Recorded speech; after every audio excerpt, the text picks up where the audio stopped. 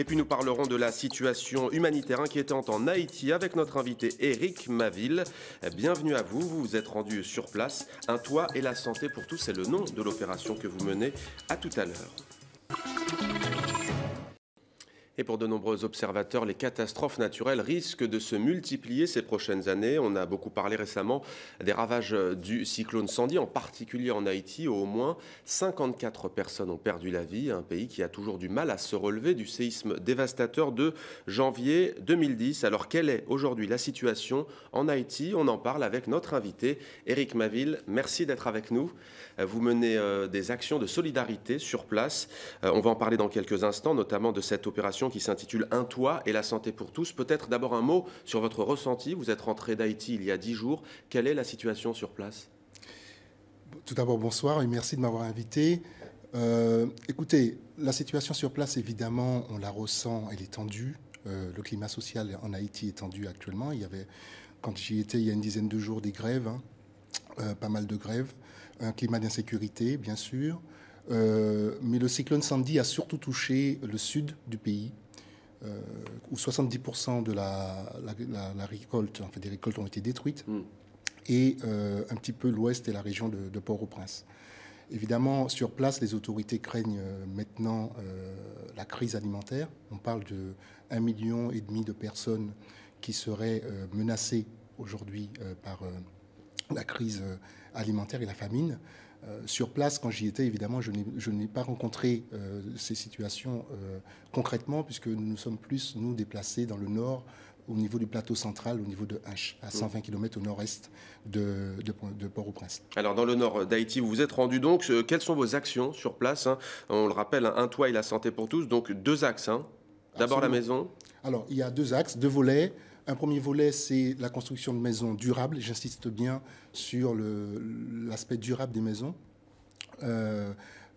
avec aux normes construites, donc aux normes antisismiques et paracycloniques, anticycloniques, avec un accès à l'énergie. Donc les familles qui vont habiter ces maisons sont propriétaires de ces maisons. Elles ont accès à l'eau, à l'électricité, à l'eau potable, à l'électricité par panneaux solaires. Et ce qui est surtout très important, c'est que nous avons misé sur les compétences locales. C'est-à-dire que nous avons, dans le cadre de ce projet, formé une quinzaine de jeunes haïtiens au métier de la construction. Donc les premières maisons, j'y étais d'ailleurs avec une mission conjointe avec l'entreprise Technitois qui a financé cette première phase.